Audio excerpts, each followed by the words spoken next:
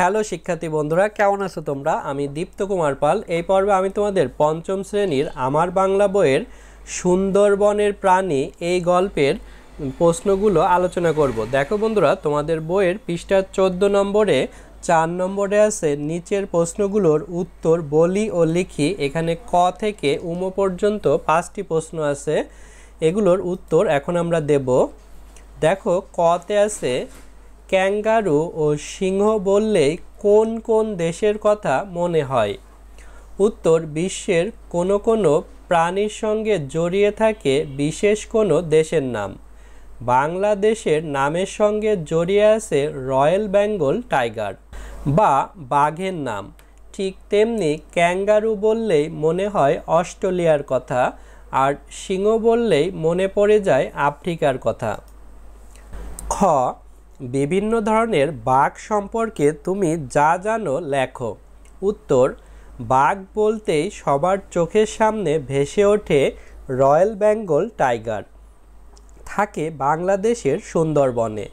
এ বাঘ দেখতে যেমন সুন্দর তেমনি আবার ভয়ঙ্কর। এর চাল চলনও রাজার মতো। সুন্দরবনের ভেজা স্যাঁতসেঁতে গোলপাতার বনে এ বাঘ ঘুরে বেড়ায়, শিকার করে জীবজন্তু, সুযোগ পেলে মানুষও খায়। একসময় সুন্দরবনে চিতাবাঘ ও ওল বাঘ ছিল, কিন্তু এখন আর এসব বাঘ দেখা যায় না। প্রাণীবিদেরা বলেছেন সুন্দরবনের রয়্যাল বেঙ্গল টাইগার বাংলাদেশের অমূল্য সম্পদ। এ বাঘকে বিলুপ্তির হাত থেকে আমাদের বাঁচাতে হবে। গ, দেশের জন্য পশু পাখি জীবজন্তু কী উপকার করে তা নিজের ভাষায় লেখো। উত্তর, পশু পাখি ও জীবজন্তু প্রকৃতির পরিবেশের সঙ্গে মিলেমিশে থাকে। যে কোনো দেশের জন্যই জীবজন্তু ও পশু পাখি তাই এক অমূল্য সম্পদ। প্রকৃতির গাছপালা, বৃক্ষলতা ইত্যাদি প্রাকৃতিক পরিমণ্ডলেই সে দেশের পশু পাখি ও জীবজন্তু তথা প্রাণীকুলের জীবন ধারণের উপকরণ উপাদান হিসেবে ব্যবহৃত হয়ে থাকে। যেমন শকুন পরিবেশের নানা আবর্জনা খেয়ে পরিবেশ পরিচ্ছন্ন রাখে, একইভাবে বিভিন্ন পশু পাখি ও জীবজন্তু আমাদের পরিবেশকে সুন্দর ও পরিচ্ছন্ন রেখে আমাদের উপকার করে থাকে। ঘ, শকুন কিভাবে মানুষের উপকার করে? উত্তর, শকুন একটি ভিন্ন ধরনের পাখি। আচার আচরণ ও স্বভাবের জন্য কেউ তাকে সুন্দর পাখি বলে না, অথচ এই শকুন মানুষের নানা উপকার করে থাকে। মানুষের পক্ষে যা ক্ষতিকর সেসব আবর্জনা শকুন খেয়ে ফেলে, আর সে কারণেই আমাদের চারদিকে পরিবেশে বসবাসের যোগ্য থাকে।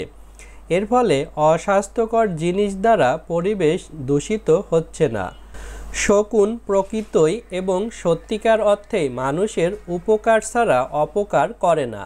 তবে বাংলাদেশে শকুনের সংখ্যা অনেক কমে গেছে। এদের বিলুপ্তির হাত থেকে রক্ষা করা আমাদের কর্তব্য।